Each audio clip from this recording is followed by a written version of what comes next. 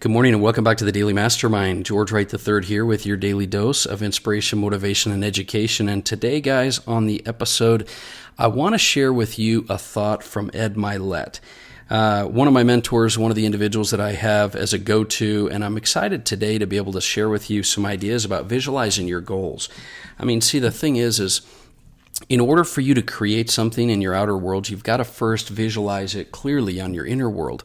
Thoughts become reality, and thoughts dictate our actions, which are going to create your best life. And so in order to do that, you've got to get super clear in your mind on what it is that you want.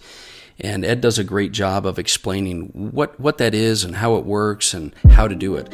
So without any further ado, I'm going to introduce Ed Mylett. Have a great day. What we really all want is we want to transform our own lives, don't we? We have a life we have, and we'd like to transform it into a new one. We had a WFG, and we're transforming it into a new one. Life is about that transformation. I want to share a story with you. How do you transform something? I think the first thing you have to do when you're going to transform something is you have to get exactly clear on what it is you want. I know you've heard that before, but let me illustrate it for you. If I said, do you think about Christmas? Think about Christmas. Do that for me. Think about Christmas. Did you get it? Okay. What did you see? What did you see? Saw a Christmas tree? Anybody else? What'd you see? See Jesus? See presents? See your kids? See Santa? You saw something, family. But did you see something? You saw something, didn't you? You want to know why you saw something when you thought? Here's a revelation for you. This is serious. You know why you saw something when you thought? We think in pictures. The only people who don't think in pictures that walk this earth are people who were born blind. Everybody else that walks this earth thinks in photographs, thinks in visual images. If I said to you, I want you to think about the worst day of your life, the tragic day of your life, the passing of someone you loved, an accident you were in, a divorce, something like that. Think about that for a minute. Do you have that in your head?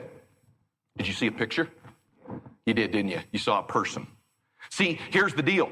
Once we grasp the concept that we think in pictures, the key to our existence and changing our outward existence is changing the pictures we hold inside our head. When we can get, Hubert Humphrey used to call it dreaming while you're awake. That's cheesy language for controlling the pictures in your head. When you begin to take control of the images in your mind, get clear on exactly what you want, and it becomes repetitive, you begin to produce it externally.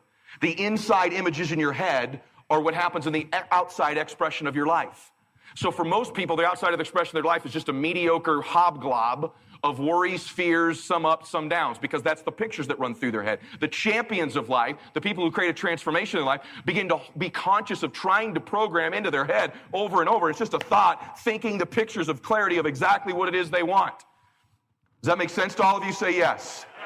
In fact, there's a book Felton recommended to me that he's going to give a presentation on, so I'm not going to get into it today, but it's called The Healing Code. I don't know that I agree with all of it in there. That's okay. Chris does. But let me tell you what I love about the book. My primary takeaway from the book is that it says that we not only hold these visual images as everybody's always thought, our thoughts are held in our subconscious mind, but that we may store them cellularly. They're stored on that deep of a level. We store them in our cells, which explains Scripture to me. Bible says the sins of the father, right? You literally are transferring how you think your DNA into your children and grandchildren. That's how important these thoughts are. They're stored on a cellular basis. My dad was just found to have a very large cancerous tumor in his chest that he just had removed, 9.5 hours of surgery. And when I learned about this tumor was there, and then it would regenerate itself because the cells die. That's how the cells work. So these thoughts keep coming back and back. As you program new thoughts, you store them cellularly, you manifest them externally. It's so powerful you can manifest a tumor in your body. Is that not incredible? So that's how important it is to control what we think about. I say this all the time. If I gave you every piece of the puzzle, here's the script, here's the sentence, here's exactly what to do, 1,000 pieces, but I held the picture of the jigsaw puzzle from you, you can't put all the pieces together if you don't know what the picture looks like. Most people start life backwards, and they start WFG. They're in search of the pieces rather than of getting clarity of what they want the picture to look like. And the more repetition with which you hold that picture over and over and over, you begin to express it and magnetize to you the things, people, and places that will make that a reality. There's a part of your brain called the reticular activating system. What that does is it screens out all the unimportant things to you and finds the important things. I say this in my CDs. That's why, for example, when you buy a new car, if you buy a new blue Honda, All of a sudden, everywhere on the road, there's blue Hondas, isn't there? 3 lanes over, wrong side of the, hey, blue Honda. Why do you all of a sudden see these cars? They were always there. Because when an image is held in your mind, your mind goes to find references to support it. And if you don't hold it in your mind, the blue Hondas walk by you all the time. Just like great recruits, great leaders, and great clients. But when you hold them in your mind, you find your blue Hondas. This has been the key to me becoming a multimillionaire. It's not rocket science. It's hold the pictures in your head you want. Get clear on what you want. Let me tell you how important this is. My wife and I, is that good stuff, by the way? Yes? My wife and I, I love her, man. I met her in kindergarten, so she knows everything about me, right? And I know everything about her.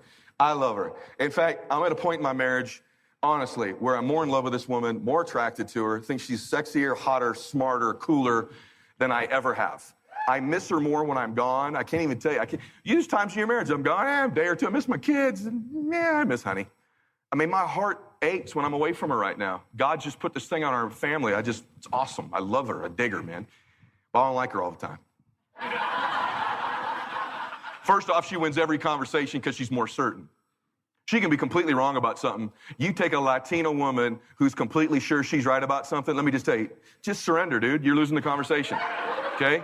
It's just kind of like the more certain person wins every conversation. Let me give you an idea of my wife, and this will make a point for you. It's pretty funny. You'd think once you get wealthy, you go to all these fancy restaurants. We do once in a while, but I got kids. Max is 10, Bella's 9. So we go to a place called Wood Ranch Barbecue. We've been there probably 60 times, okay? Maybe 65 times. So here's the way I am. I'm intense. Can you tell I'm a pretty intense person? I'm pretty intense. I like to get things done. Let's move on to the next thing. Rock and roll. Here we go. My wife is the baby of a family of 7 kids. She just likes to take her time and chill. We're a good balance, but woo! Can it bump sometimes, right? I'm very directed and certain, and she'd like to not have a plan.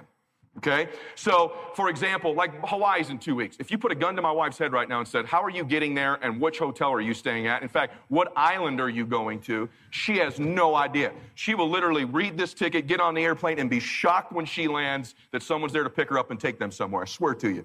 That's how much she doesn't like to plan. So here's the deal. When we're deciding to go to Wood Ranch Barbecue, because I've been there 60 times, I know the minute Max goes, let's go to Wood Ranch, I already know what I'm going to eat. It doesn't take a whole lot of decision. I don't need to be indecisive. I'm very clear on exactly what I want, aren't I? We've been there 60 times. They don't change the menu. My wife's a little bit different. So we'll get into the dadgum place, sit down, and I already know what's about to happen. Server will come over, ask a question. They'll go right to Max first. Max, what would you like? Max will say, I'll have the usual. Give me the ribs, mac and cheese, and a Coke. Done, right?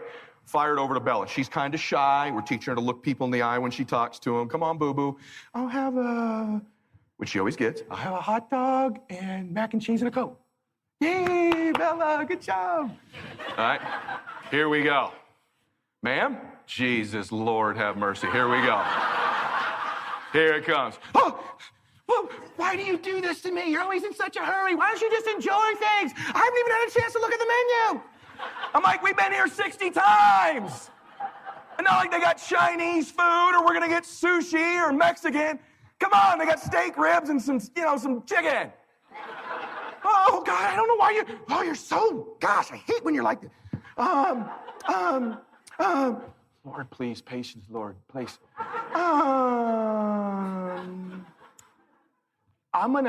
If I get a steak, oh my God.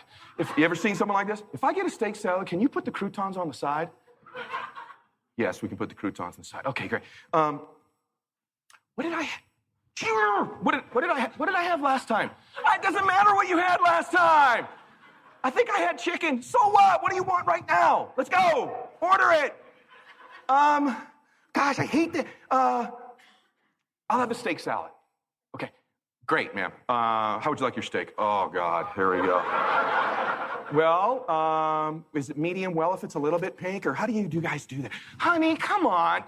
You've had 60 steaks here. Okay, I'll have it medium. You know what? I don't even want a steak salad. You know what? Can you skip over me and go to him? Oh, my God. Yeah, man, here's the deal. I'll have the ribeye, medium well, fiery green beans, and some water with some lemon in it. Back to you, babe. Oh, my honey, When we got here, it was light out, it's dark outside. Old people came after us and have left her in a home watching something on TV. Order the damn food. Okay, if I get the salad, oh my God, she's doing it. If I get the salad, I don't really like that lime ranch. Can you put it in? And it goes to this whole deal. You don't even want to get into when she starts ordering a drink. You ever have somebody, what do you have to drink? What do they have? What do you think they have? Like blueberry splat? They got Coke, Diet Coke, root beer, and Sprites, right? That's what every place has. Why do you need to ask them that? So it takes like 9 hours before she orders. Drives me nuts. You know anybody like that? I do. You, in your life, off the menu of life, you can't figure out what you want with any clarity, which is why you don't get anything. Yeah, I would like to, I don't know, maybe if I, you don't know what you want. As a consequence, you don't produce anything. By the way, don't take this personally. I didn't say your name. So if it tweaked you a little, it's true. You don't know what you want. You're my wife. I don't know. It's a steak. How would you cook it? What would it look like? How would I feel? I don't know what I had last time. That's what you do. Don't you? Well, by the way, some of you go, nope, that's not me. Well, what if when I ordered, I said, you know what? Bring me some protein. Thanks. Is that very specific? What would they bring? That's what you do. Well, I want to be financially independent. I want to take care of my parents. I want to retire at 50. What the hell does that mean? Specifically, what's the number? What do you want? Hurry up and order. Get clear. But you don't. You're wishy-washy. Some of you think you have a plan. It's nowhere near the level of specificity and clarity that a champion has. Champions are, right now I'm trying to get in shape again. I'm in pretty good shape, but do you think I'm going, now I want to feel better? I know exactly what I want to weigh. I know exactly the body fat percentage. I know exactly what I want my HDL and LDL to be. I know what I want the ratio to be. I know exactly what I want my testosterone level to be. It's specific, it's measurable, and I'll know when I did it. And I can hold that in front of me, the picture of what I want, and I can produce it. But most of us go through life and don't have any of that. I say this to you as a friend. You got to get more clear on what you want. I mean, razor clear. $1 million saved, 5 million saved, 3 million saved, 25 recruits, 5 recruits, 4 SMDs. What do you want? And why? So, have I made the point about clarity and making a transformation? Yes. Isn't it totally true? You know how I know it's totally true? I spent most of my life unclear. Once I figured this formula out, which I should be charging you lots of money to be giving you with the way I'm giving it to you, my whole life shifted. It's almost like a secret sauce of building a recipe of success in a body, in a marriage, in raising a kid, in business. It's great clarity.